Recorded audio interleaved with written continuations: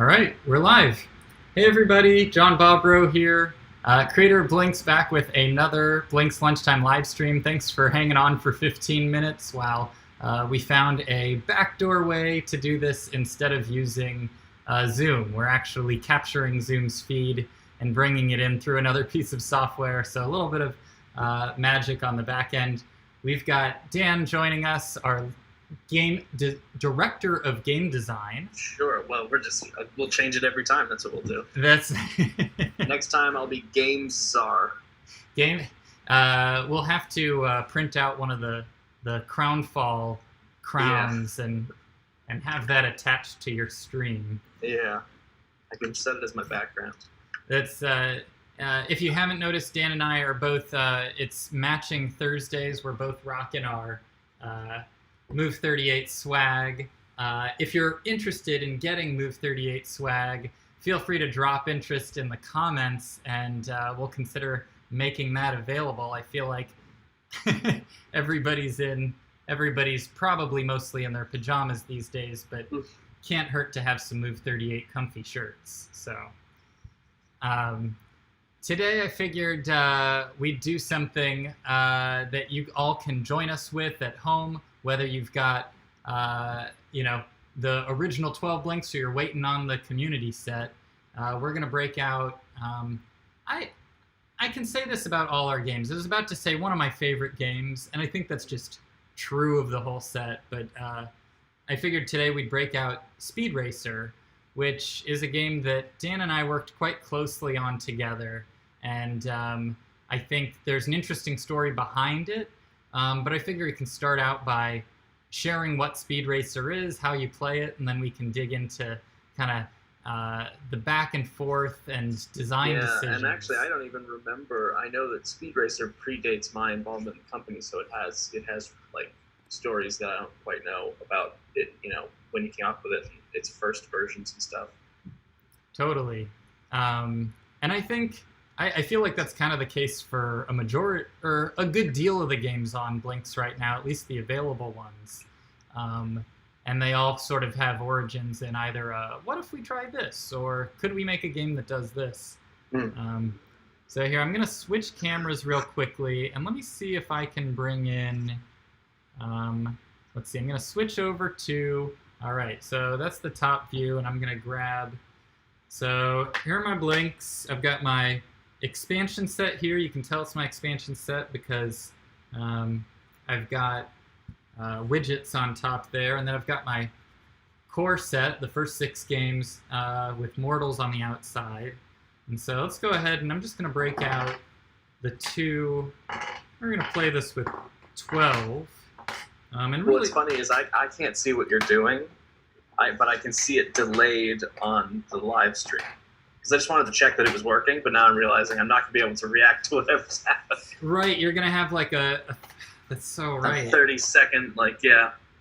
Oh, you've got the orange one. Oh, I don't have that yet. We got to get you an orange sushi roll. Did you do the sushi roll challenge? I did not, so I don't deserve an orange sushi roll case. That's what we're learning. That's the eternal rule here. It's internal and external. Nobody gets a free pass. No. I don't even have real blinks. We've talked about this before. I don't actually. All the blinks I have are pilot blinks without stickers. I don't actually have any real blinks in my home. That's right. I guess once you have blinks, they can become. I'm constantly programming, so my installer is always available. So I'm like, what game do we want to play? I mean, it takes longer than you at home. You get to just pull it out, but I have to go find it on GitHub. I realize I should also give you fair warning when I switch. I switched back to our heads so people could see us actually talking. And I think, let me see, I'm pretty sure I can, I think I can get that other view on with us. We'll see.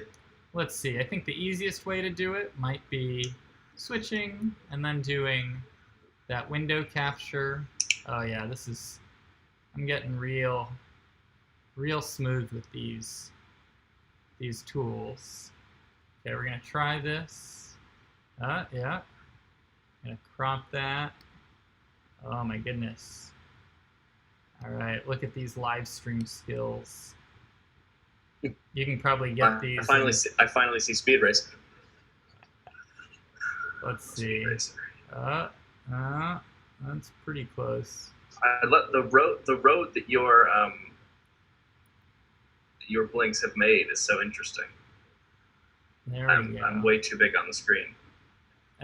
You're getting smaller. Okay, here we go. That's pretty good. And then I'll get my video capture. Okay. I'm becoming a live stream ninja as we speak. Okay, there we go. How about you and I, top left, top right? That looks pretty good. How's that looking, YouTubers? Blinks fans, let's see. Jonas, Chad, Mike. Awesome. Brian. Cool. Good to see y'all. I think we're all set up. Maybe we'll just do this instead of relying on Zoom to get it right in the futures. That's right. Jonas is our Blinks Batman. Officially earned that title through the challenge. So let me get set up in Speed Racer here. So Speed Racer is a high-speed racing game really designed for multiple players to race versus each other, or a single player with, I would say, only 6 blinks. When you start the game, you can double-click any piece, and it automatically lines up the road however you built it. So you can create a curvy road or a straight road and double-click, and you'll see the yellow lines, like the center of the road, line up. When you press, you start a car and it starts traveling down this precarious road, and you have to make sure you add more road pieces at that red dead end before the car gets there, otherwise you crash. And I'm doing pretty good on this. The car gets faster as you go, and it starts out pretty slow, but it gets pretty quick pretty quickly. This might be one of my best runs, Dan. I'll see it in 30 seconds. That's so, and I've seen a lot of people. I think there's no scorekeeper on Speed Racer. No. But I've seen people count. So however many road pieces they do. The way I initially would do it was how long can you go? Yeah, I mean that's going to get you roughly equitable results. I mean, the speed is constant, or it accelerates at a predictable rate. So the likelihood is that time and number. The other thing is that you always use the strategy of one at a time, which is the much more challenging way to play it, but it's not required. If you want to cheat, you can do huge road chunks and connect them like. The way we thought of it when we were building it was like, when you were a kid and there were those wooden train tracks. Remember those? They could totally puzzle piece into each other. So I was imagining you take an entire wooden piece, which is like 3 blinks, and you connect it on either end. So that's why any red end will connect to any red end. Right. And I think maybe it was you who pointed this out. If you route the road, like this. So you'll get to see that in 30 seconds, but I'm doing the 2 C's. Oh, yeah, and then you can just do this eventually it will get very, very fast, and you will struggle to even do the cheating method well. Whoops. I even failed on my first attempt. Yeah. So I have to wait till the car passes into the new road, and then I just reshuffle it. Never mind, now that I'm seeing it, yeah. And so I can do this until it gets, which I realize I could also put it into a loop that way. Yeah. And then you just don't have to do it at all. And then Chad just asked, what if you put it into a circle? Perfect timing. So if you put it into a circle, this is what happens. Itself. And it's pretty cool. How many speeds are there? I think there's well, technically it's a ramp, and I think it goes up to this 30 increments of speed. Uh-huh. but you can skip ahead to like the 20th increment by doing the special secret thing. Yeah. I think we can reveal that if you're watching the it's live not- stream. I'm pretty sure it's in the rule book. I don't think it's special secret. We call it an Easter egg, and then we're like, well, we should publish it in the rule book. We should put it on the rule book. Yeah, we wouldn't want anybody to miss it. It's not an Easter egg. It's just a cool thing. So yeah, tell me about the not Easter egg Easter egg. A single press will start a car, and a double click, lines up the road. But any more clicks will essentially rev the engine of the car. So if you do 3 clicks, 4 clicks, 5 clicks, it will skip up in the chain of increments. So 10 clicks will skip all the way up to increment 20, which is obscenely fast, faster than I imagine someone who isn't a superhero could actually play the game at. Maybe if you had all 12 blinks, and the moment the car left the first blink, you started, but I suspect it would catch up with you pretty quick. But it is cool. You could play for a little bit that way. If you had like a ton of blinks, I bet you could do it. I always like that thought that, so like when we were getting ready to ship the first 12 games, Dan and I we went through all of them and we're like, okay, they each need to give a different type of, play. And with Speed Racer, Dan was like, well, the game, or actually I should let you speak for yourself, Dan. Like as a game. Maybe, I don't quite know where you're going, but yeah. As a game, you're like, well, the Speed Racer game is like, you start the car, you want it to have an end, there's a measurement, and as you were building it as a game, I felt like there were like all these ways that you could get into a state where like you have to set it up in a specific way. Like you're talking about the old version. The old version. By the way, I should warn everybody, there might be a loud dog bark as our dog walker is just about to show up. Yeah, I don't know why I'm trying to look behind you like I'm in a room with you. So the original pitch for the game, was pretty much what it is, that you start a car and it travels along a route, and that you pick up pieces from the end and put it on the front. But when I first programmed it, you had programmed a version of it. It existed. You could play it, but it had some limitations, and it was like a sketch. And then I took a shot at making like a real publishable Blinks game of it. But at the time, and we've talked about this in other streams, at the time I was very focused on this concept of games as having a setup and a gameplay state and a death state as these discrete things that you had to have in a game for it to work. And so what I made was a setup state. So you make a road, right? And it would form itself, sort of like the double click. And then you would click to start a car, but it's more than just starting a car. You were telling everyone, hey, the game has begun. And so all of the road pieces would go from setup, which was blue, to road pieces, which are the yellow you see now. And then when you crashed, they all went into a crash mode. The whole field, all the blinks you had, were no longer roads. They were all fiery red explosions. And so what you had to do was double click. They all went back to setup. You made a whole new road. Then you clicked to make a whole new car. And it was very segmented because at the time, and there's evidence of this in games like Wham, which have very discrete setup, play, depth. And that one retained it because it actually needs it. This is something that the game was fine. It functioned the same way as the game does now, except, I don't know, there was just so many interruptions. You could only have one car, and like, when you died, you had to like do a bunch of stuff just to get started again. And it was very inflexible, and it was like that for a while. It probably sat in GitHub for a month like that. And it was like, yeah, Speed Racer works. And then, we did some playtesting. John, you sort of were like, Dan, there's something very staccato about this. And that's when we started to hatch this new idea of how it works.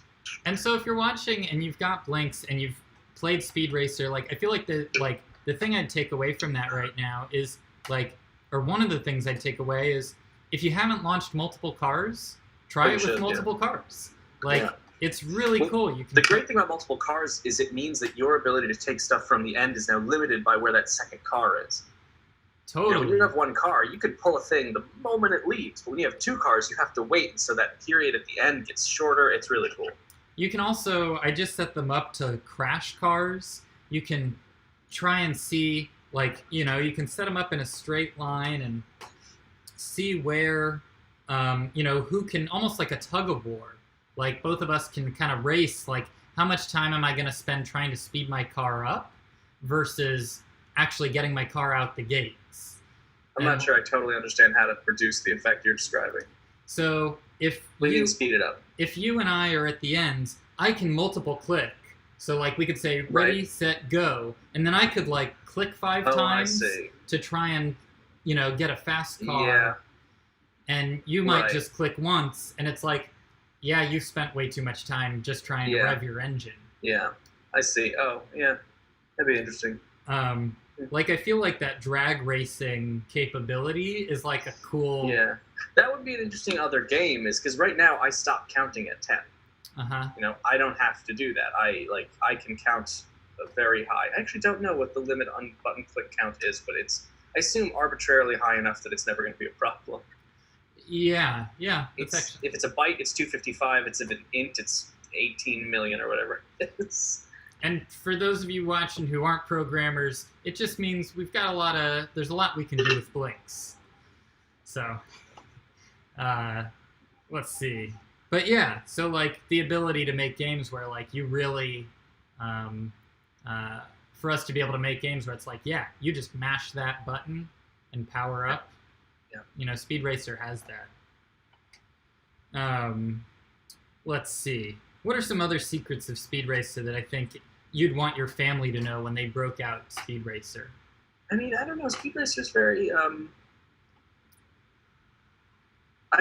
There's interesting stories about like the production of it. I'm trying to think of like gameplay stuff that I'm like, oh, everyone's got to know this.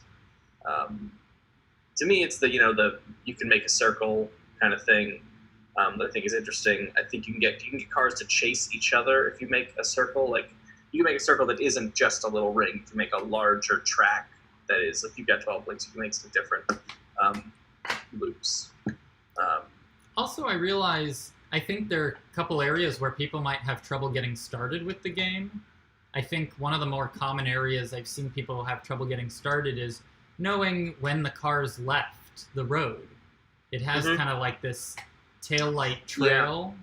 So, yeah, technically, from the perspective of the blinks, who don't see graphics, a car leaves the road the first time the next piece lights up.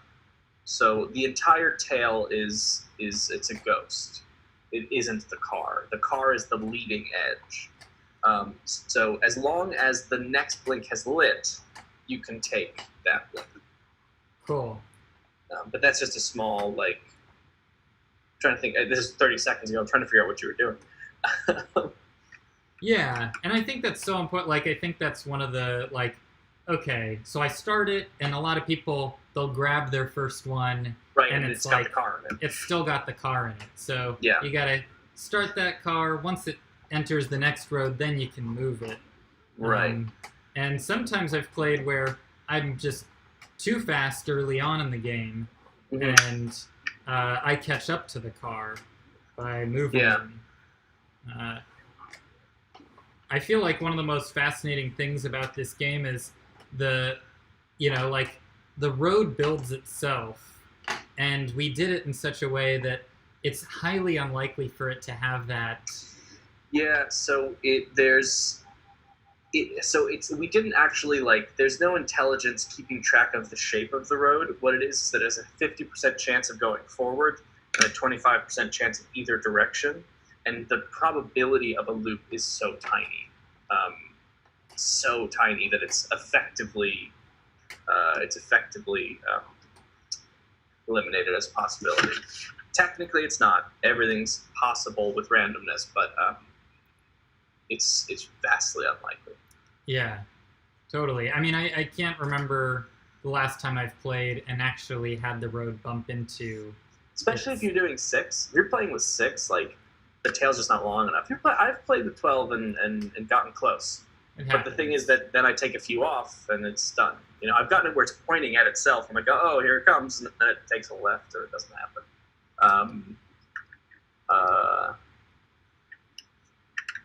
Let's see if I can. I'm gonna set this up and see if I can get some multiple cars going. Okay, I got 2 cars going on the same track. We'll see if one catches up to the other. All right. I just calculated the odds of a full circle, and it's let's see, that's 1%, it's 10%.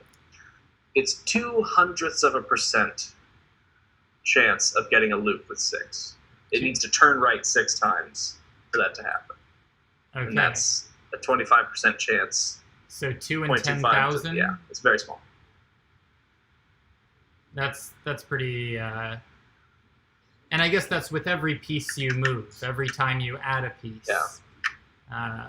That's the chance. Cool. It's a 1 in 4,000 chance. It's like getting a shiny Pokemon. That's. If any of our viewers are gonna. I think that's I like that reference. I feel like my brother would love that reference. Yeah, although I think shiny's like 16,000, but it's irrelevant. That's. Well, let's see. I feel like we shared a good deal on Speed Racer. I'm trying to think if there are some interesting things that I want to point out, though. There were some. So in our move towards what we ended up calling sort of open architecture, which we then adapted into a lot of other games. This idea is that the pieces are always on; they're always playing. Real quickly, can you simplify open architecture? Or I'm gonna by open architecture, you mean it's more like a toy than a game? Yeah. So it's this idea that the pieces don't, like I said before, that they don't have a sort of setup, play, death. That it's not this 3-part experience, and that once you're in one, you have to intentionally transition to the next. That they're always playing, and that individual pieces can die or fail or succeed, but that there is no okay, we're going to start, double click. Certain games need that. Wham, Mortals, for instance, because there's a timer involved. Certain games don't need that. Fracture is just always on. Every piece is always playing Fracture. It doesn't care whether it's alone, whether it's a group of 1,000. It's always playing Fracture. Speed Racer, every place is always playing Speed Racer. They just don't. An individual blink can contain a crash, but a crash is just a subset of playing. If you take one and make it by itself, that piece is in what used to be a setup mode, but is now just an I'm alone mode. And so that little spinning orange thing, it's actually meant to represent traffic cones, was sort of our vision of it. That piece is also playing. Lights. It's just waiting for a neighbor to attach to it to turn it into a road. This Astro had the same thing. Astro used to have a beginning, a middle, and an end, and then it was like, no, they're just always, an asteroid is just always an asteroid. You can sit on your desk and be an asteroid and not care whether you've started or not. And that's what we usually think of as like open architecture, that the game is constantly available to you, and that the boundaries between starting and stopping exist on paper, or they exist socially amongst the players. That the blinks themselves are not enforcing that play has begun or that play has ended.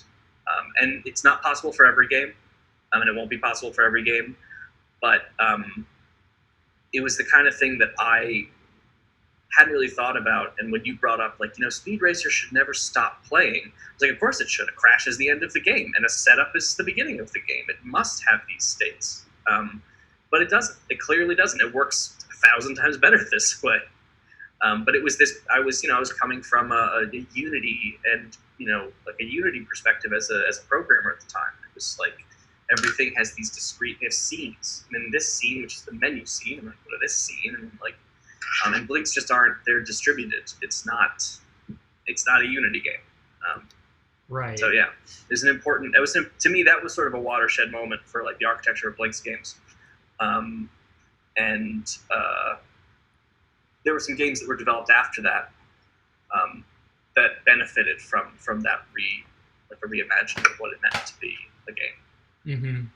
Yeah, and I think it's like so much of just like this idea that blinks can quickly be an object of play, and that like, they serve this kind of dual purpose. Like you could hand them to a 3-year-old, and a 3-year-old can have fun with them, but an 8-year-old can learn a rule set and go, okay, I'm gonna get good at this game.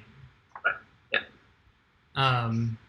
Jonas pointed out that there was a glitch when accidental crashes happen occasionally.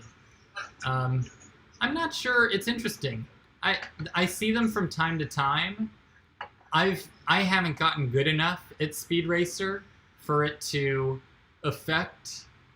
Yeah, and generally, so there are these phantom crashes that occasionally happen, and I could tell you what I suspect it is, but I will say that it very rarely stops the car. It almost never does, because the crash occurs essentially at the taillight. The signal for I've given you the car and the signal for I've gotten the car can sometimes get some wires crossed at very, very high speeds. But what ends up happening is Blink 2 gets the car and carries on its way, and Blink 1 misses that piece of information and throws a crash, because they're like, I just tried to give the car to him and he didn't take it. But it only happens at very high speeds, and it never stops gameplay. I think I would have probably been more alarmed the first time, like when I would occasionally notice it, if it stopped gameplay, but it doesn't. Like the game goes on, but you'll really only see it if you use like the quadruple, like the click 5-6 times, and you get this massive burst of speed. That's more likely for it to happen. Right. I've turned them into hazardous tiles. Yeah. I do that on my desk a lot. I connect blinks the wrong way, like on the corners. Let's see. Yeah, Jonas pointed out he saw it happen in the circle. Yeah, I've seen it happen a couple of times. Yeah, that kind of. I feel like I wouldn't pin Speed Racer as the Donkey Kong of blinks. So like, I think it's a ton of fun to break, but like. There are accidental crashes, and they do happen. So Chad is asking about like age groups for our games library. I know that on the games page we have some ratings for complexity, and that would be a good guide for if a game is appropriate or maybe easy for a younger child to figure out. So something. I should go to blinks.games and just like check it out. Yeah, like a 3-dot game like Fracture, it has some complex rules for how you could take a thing apart, and the concept of a happy and unhappy blink may confuse a very young child, maybe. But something like Wham, and frankly, I think something like Puzzle 101, it's also like it's just matching colors, and those games are listed as 1-dot games. It's funny, Bomb Brigade is a 2-dot game, but when we were at Maker Faire, it was really popular with little kids. And I would say, maybe like 6 to 10. They'd come over to the table and they'd play Bomb Brigade. They'd play it by themselves, and they'd play it by this rule set that they had invented. But they very quickly understood how to interact with the toy.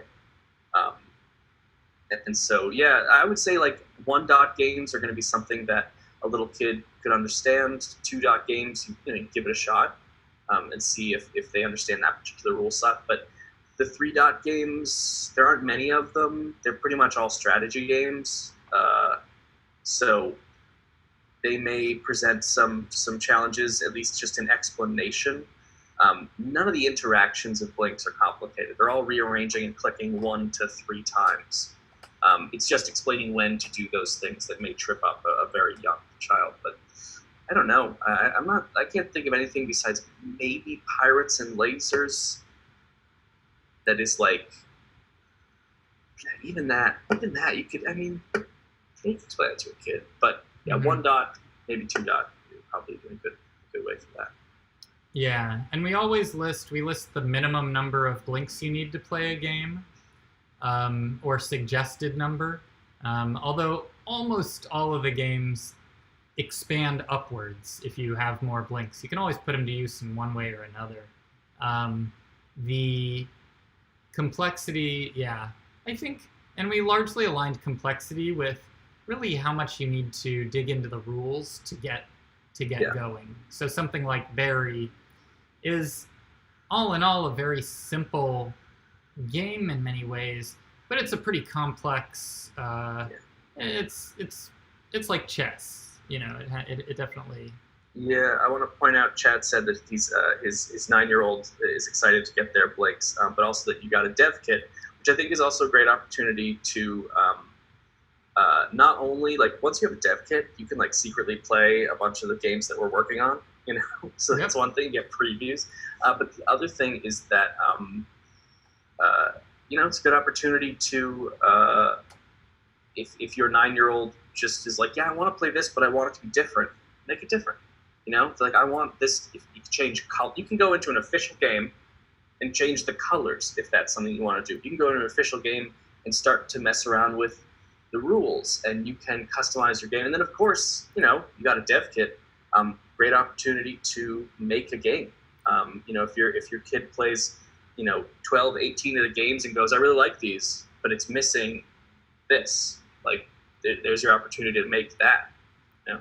Yeah. And actually, one of our live streams, I live code adding a lap counter to Speed Racer. So that's kind of a fun one that you can try at home yourself, and that code is shared in our forum. But I think we're out of time for sharing tips and tricks on Speed Racer. I'm going to leave Speed Racer. Actually, I'm going to set it up in a little racetrack loop, and I'm going to get the random number generator ready for our Blinks core set giveaway. Oh, that's right. I always forget about that. I don't think any of our viewers forget about it. Let's see. All right, let's get some cars going. Oh, I started us off with a crash, so let's see if I can. Oh, the chances of them going the same direction. Yeah, that'll happen. There's a 50% chance they'll go the same direction. 50% chance that. Okay, so we've got our racetrack set up. We're going to let these, and I'm going to bring up our spreadsheet while Dan, you can... I'm just watching 30 seconds ago all these cars crash. Okay, that sounds... I think you should bet on... We should bet on which one is going to be... which one... Technically, they're going the same speed. Until they get to very high speeds, they shouldn't touch. I think I started one a little bit later, so one has a... Yeah, I'm not sure. I've done this, and they do go for a while, especially on 6. You know, it'll happen. I have a window into the future. Which one do you think will crash? I mean, technically, the pink one kind of has to be the one, because it's the one that's behind right now, or it's the one that's coming up to another one. And in a Blinks Speed Racer accident, only the rear car crashes. The front car gets to keep going. They have invincible bumpers. I like that we followed the rule of the law. Like in a rear end, the person rear-ending is at fault. Yeah. Okay, here we go. So... And, let's see. I want to give a special shout out to all sorts of the entries: Jonathan West, Brett Dupree, Alex Hinkin, Jonas Runkle, Alfred, Scott, Team Pixel Damage, Sophia, J2K, Zion Z, Court, Probably Carter, Sheriff. There's lots of entries this week, and I'm gonna roll the dice right now, and we'll see. Especially everybody who got their extra bonus points for sharing online. So all you have to do is tag friends, and if you tag friends, we give you an extra chance to win in this roll. So be sure to share our posts with friends, and we'll count them up. We count them up every Wednesday night before we do these streams. So let's see. Here we go. Rolling. Can I get a drum roll, Dan? Is there a drum roll happening? Yeah, I was doing it, but it's fine. It's just real might subtle. not have been picked up. Okay, here we go. And the number is 60, meaning the winner. Oh, the winner is Court. So congratulations, Court's Universe on Instagram. We'll be reaching out. Awesome, super exciting. This one, thanks for sharing with friends as well. That definitely helped out your chances. So a Blinks core set is going to Court's Universe from Instagram. Thanks everybody for joining. And one last thing, there was a question on the stream of how do you get on this list. So if you want to remind everyone how to get on this list. Yes. So the way to get on this list, you can sign up on our website. We also, put the URL in the description of the YouTube video. And all you have to do is sign up for the mailing list, share the post on Instagram or Facebook, one or the other, whichever you're choosing. And you get an extra entry for every time you tag a friend. So if you tag 10 friends, we give you 10 opportunities, 10 bonus opportunities to win your free Blinks core set. And also, as a good part of our sign-off, we'll be here next Thursday for live stream. We've got some big news. If you haven't marked your calendar for September 29th, definitely do. And then this weekend on Instagram, Ishmael will be live streaming. So you can tune in and catch our Instagram live stream this weekend. And yeah, stay tuned with all things. If you haven't subscribed, subscribe down below, smash the like, ring the bell. Yeah, and I'm sure they'll add new buttons in the future, and this will be outdated. And all the other buttons, smash all the other buttons. Whichever buttons YouTube currently has that are positive, hit all those buttons. All those buttons. Dan, thanks for joining the live stream. Can't wait till we're back in the office. Yeah, it'll be a while. Well, it'll be a while. Well, we'll do it. All right. See you soon. See you, Thanks, everybody. Everyone.